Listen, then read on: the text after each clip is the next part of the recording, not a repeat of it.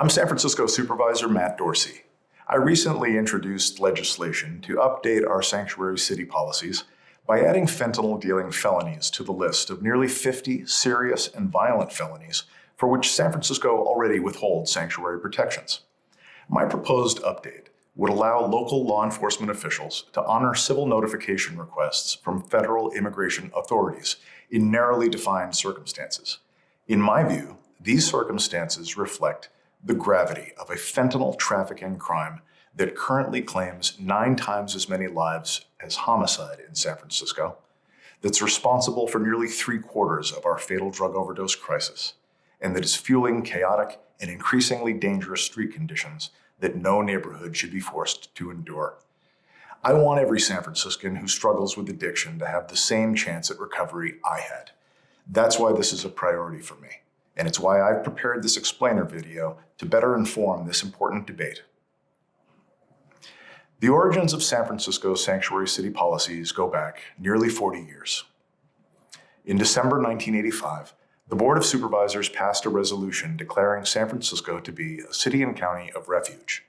It was, at the time, an outgrowth of a burgeoning sanctuary movement nationwide, which sought to uplift and protect refugees from around the world, but especially those fleeing right-wing violence in Central America. From its earliest days, Sanctuary was created to help local government foster trust in our immigrant communities and to help protect public safety. 4 years later, in October 1989, the Board of Supervisors passed the City of Refuge Ordinance. It generally prohibited the use of city resources to assist federal authorities to enforce immigration laws. But from the beginning, there were broad exceptions to sanctuary protections, if required by federal or state law or regulation, or a court decision. A decade ago, the Board of Supervisors passed the Due Process for All Ordinance, which generally bars the city from honoring civil notification requests from federal immigration authorities about those in city custody. Just like the underlying law, however, it included exceptions, in this case for adults with prior convictions for violent felonies. Under the law enacted in 2013, violent felony exceptions to sanctuary policies include at least 26 different crimes.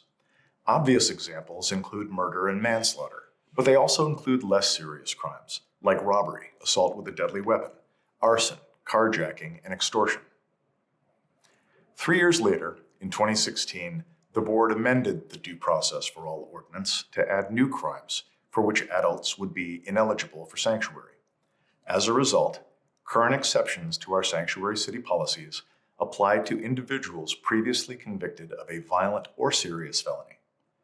Since that 2016 amendment, exceptions to sanctuary city policies include no fewer than 46 different crimes, which now include rape, exploding devices, various forms of assault, and shooting guns from vehicles, among others. Here's how sanctuary works. Under existing local law, since 2016, adults are ineligible for sanctuary protection in San Francisco if they meet 2 conditions. They've been convicted of a violent felony in the last 7 years, or a serious felony in the last 5 years, and they've been held to answer on a subsequent such felony charge after a court determines probable cause of guilt. In those situations, if federal immigration authorities have submitted a civil notification request, San Francisco will honor it. But here's what has changed since the last time our sanctuary policies were amended in 2016. Today, the deadliest crime facing our city, by far, is fentanyl dealing.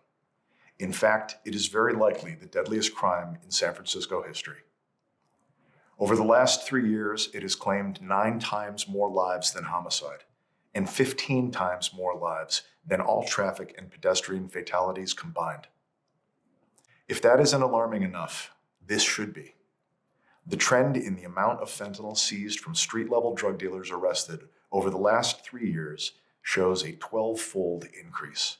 For context, the 144 pounds of fentanyl Tenderloin police officers seized from just street-level drug dealers last year alone represents enough lethal overdoses to kill every adult in California. The update I'm proposing is narrow, reasonable, and in my view, desperately needed. My proposal would require the same 2 conditions for violent or serious felonies, adding only fentanyl-dealing felonies, and would only kick in on a second offense for a violent, serious, or fentanyl-dealing felony. It would add to the more than 46 existing exceptions for violent or serious crimes felonies for the sale, possession for sale, or transport for sale of fentanyl. It makes no sense that our existing law withholds sanctuary from individuals for carjacking or extortion while shielding those trafficking a drug that is killing nearly 500 San Franciscans annually. This is a common sense amendment and a worthwhile update. Contrary to what some critics claim, my proposal won't suspend or weaken San Francisco's sanctuary city policies. It's a narrow, wholly reasonable update that reflects the moral imperative of a public health calamity San Franciscans haven't witnessed since the deadliest days of the AIDS crisis. My legislation is a harm reduction approach. It draws a hard line on the most lethal street drug San Francisco has ever faced, while preserving the status quo for less lethal drugs. Statistically, even heroin is many times safer than fentanyl. If we are to make progress on our city's overdose prevention strategy, supply-side interventions must be part of it. And while I know my proposal faces an uphill fight here in City Hall, I'm also working with community leaders and colleagues to explore consensus options before deciding whether to take my legislation to voters next year. Given the staggering losses attributable to fentanyl in our city, I believe we must pursue every option available to us to disrupt, dismantle, and deter the street-level drug markets for fentanyl that are costing lives and diminishing our neighborhoods. I hope you'll join with me in advocating for the kind of progress San Franciscans demand of us. For more information or to sign up for regular updates on my office's work, please email me at matt.dorsey@sfgov.org. You can also follow me at Matt Dorsey on Twitter. Thank you.